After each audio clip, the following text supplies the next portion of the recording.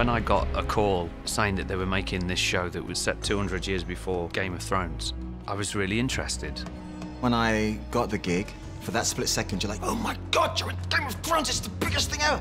Then you put the phone down, you're like, oh God, now I've got to do it. Game of Thrones has such a history and a fan base and a culture that exists beyond it and around it. It's the biggest TV show, so yeah, so there's a bit of pressure to live up to.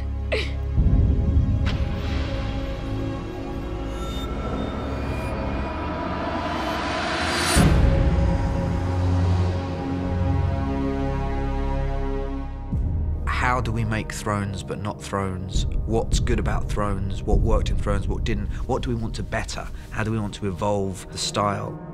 It wasn't just a prequel for prequel's sake. There was actually a reason to tell the story. The Targaryens are the fascinating dynasty that we don't really know much about from the original books because at that point they've all died out.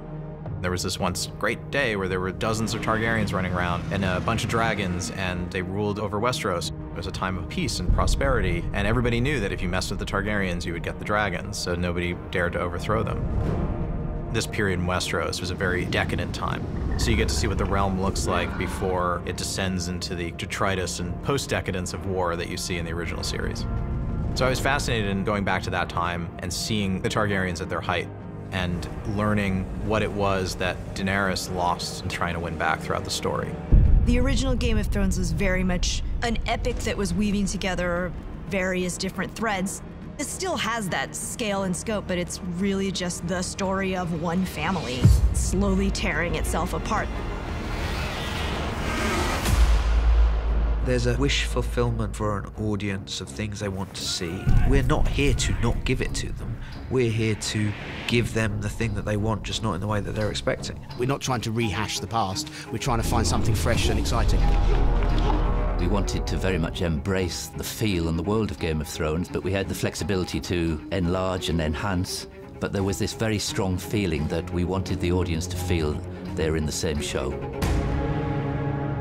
The first time I walked on set where King's Landing's been built, I feel like no one told them that that isn't how films are made now, that you don't have to build the whole castle.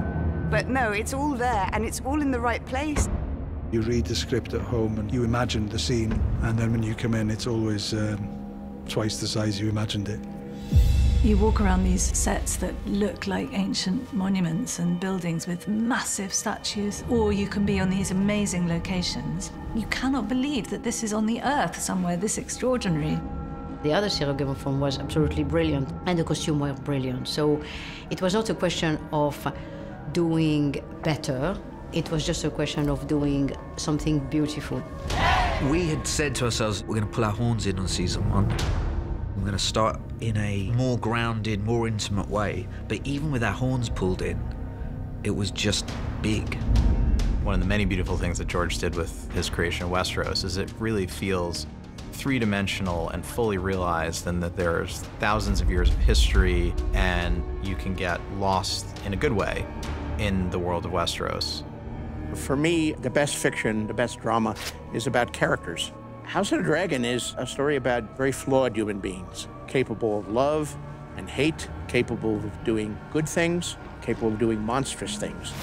I genuinely hope that audiences are open to watching a new chapter in the Game of Thrones saga. Game of Thrones was its own thing, and it was a cultural phenomenon. But this is something else, it's a different story. The scale of the story is told in a different way. All that size that we loved in Game of Thrones is here, but House of the Dragon is rooted in the domestic and the familial. I hope fans will get everything that they got out of Game of Thrones and more. More dragons.